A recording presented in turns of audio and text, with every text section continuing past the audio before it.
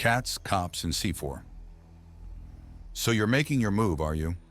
Yes, we're merely inquiring as to the best ways to do this as legally as possible.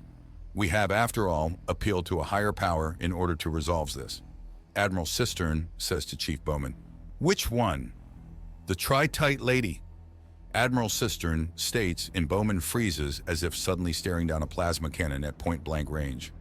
Yes, and you're the kind of person she actually likes and favors. Imagine what Miss Big will feel. This is like using an orbital bombardment to deal with a fly.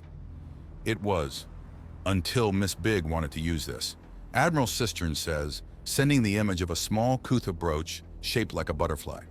It then shifts to show up under an axiom filter, and Chief Bowman lets out an impressed cluck as she starts to squint to try and make sense of the device. This looks like Gravia code. Partially, it's designed to destroy the mind of any human it comes in contact with, and then pilot the body with the sole intent of killing Amy Frost. A mind slayer? Miss Big is using mind slayers? Chief Bowman demands. It's a pattern you see in a lot of criminal organizations or warlords. Or perhaps war ladies would be more appropriate. Anyways, the pattern is that an intelligent and skilled criminal or conqueror will start off covering their weakness, accounting for everything and generally doing their horrific activities in a way that they can't face reprisal. Then one of several things happen. They can become legitimate, in which case they go from defying the law to enforcing it. They can also get sloppy, which is generally when a conqueror is killed, a criminal is caught, or other such happy results. But in this case, we're seeing the third option. Miss Big has been getting away with literal murder for so long that she's subconsciously convinced herself she's untouchable. Chief Bowman sighs and nods. Yes, I've seen the pattern myself. If she really is at the level where she thinks she can't be touched, then she's going to start committing more and more atrocities until something truly disgusting happens. And considering she's already cloning the daughters of primals, using mind control devices of all sorts, and murdering people in the streets, that escalation will be horrendous. Unless it's stopped, Admiral Cistern states. Yes, it will be. I take this call to mean you want my help talking the Chief of Police on Vanitas Plate to allow you to operate there and take the criminal in for sentencing. That's correct, Admiral Cistern states, and Chief Bowman nods. One condition. Name it. You tell me exactly why you're going this far with these things. Why does this matter so much? There are 6 reasons. The first was 5 young women with Kutha spikes in the back of their heads, stealing their wills and lives. The second was a small fleet filled with kidnapped Erumenta, unable to even think of rebelling and used as war slaves.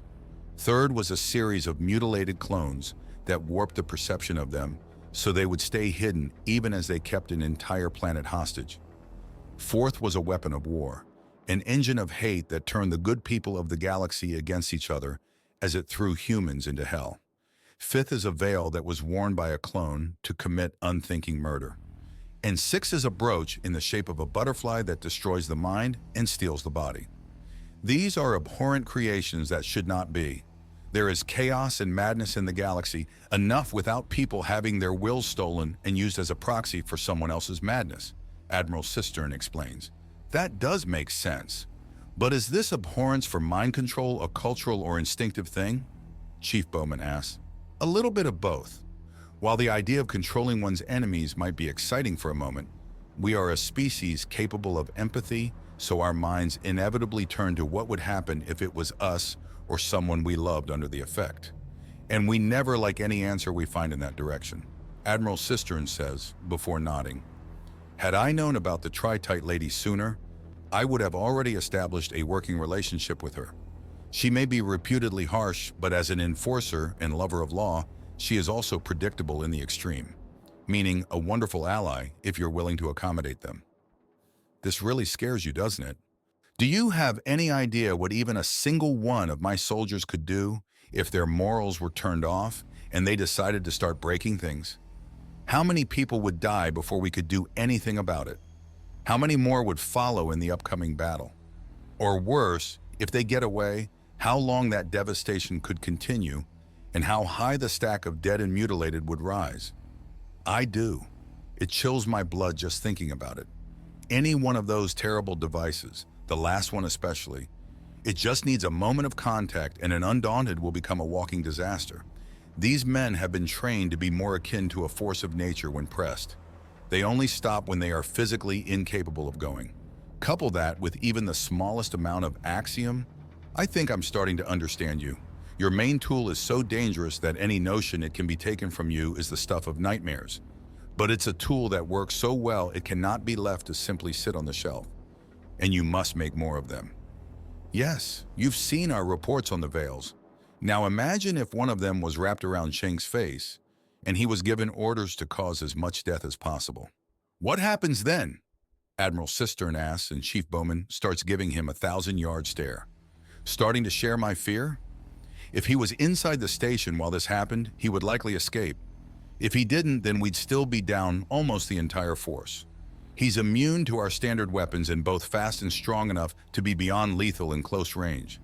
If he escapes the station but for some reason stays on this level, well, assuming his mind is still as effective, but murder-obsessed, he'd probably force a quarantine in the area, using the emergency codes here in the station to turn it into his own personal killing field, leading to tens of millions of deaths. Keep going! Admiral Cistern guides her as she looks away as she contemplates. Then he'd go down, compromising the support structures of the spire in such a way to cause a systematic collapse. If he was looking to contain it, unlikely, then he'd just drop it straight down on itself, shattering everyone. If not, then he'd cause it to fall sideways into another spire, preferably one he could compromise ahead of time. Then, if he could compromise enough spires, if he could go running long enough, trillions, Admiral Cistern says, and she looks to him. It's the conservative estimate. If he empties the station, and he would stand a good chance of doing that, then there's no warning about what's about to happen, giving him time to set up.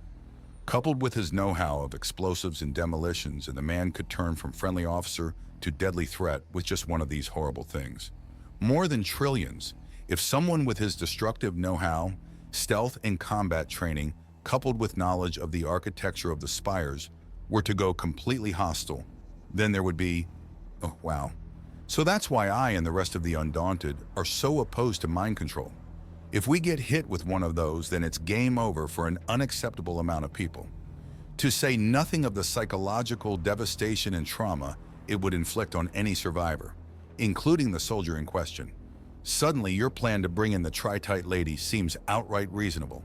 Chief Bowman states, "Thank you. Now, about the Vanitas plate, they work a little differently from the spires. There's less people there, but it's all really upper class. So the officers are obsessed with keeping the peace, and there are numerous smaller districts with very well-paid people. They have an amazing thing going and are obsessive with keeping it that way.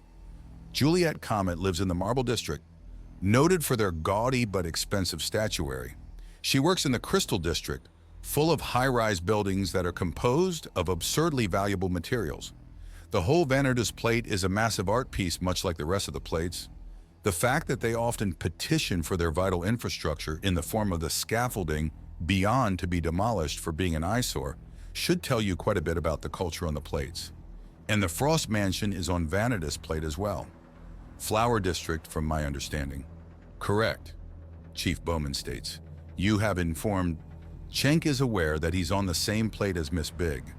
He's also been issued some fairly potent weapons just in case Comet gets it into her head that her target being close means she should take a shot on principle, if nothing else." Admiral Cistern states, and Bowman nods. "Good. So the only question left is, do we hit the woman in her home or office? Let's get both other chiefs on the line. Let's not limit our options," Chief Bowman says before she starts tapping away at her computer, and 2 more screens open for both her and Admiral Cistern. "Now what would the Admiral Cistern," the first one asks. The Horska woman has gilding incorporated into her tusks, and the name Chief Harlgate Crystal District is underneath her. "What is this about?" The other chief, a desert Nagasha with a full face of war paint, asks. Chief Sidewinder is her name, and Marble District is her territory.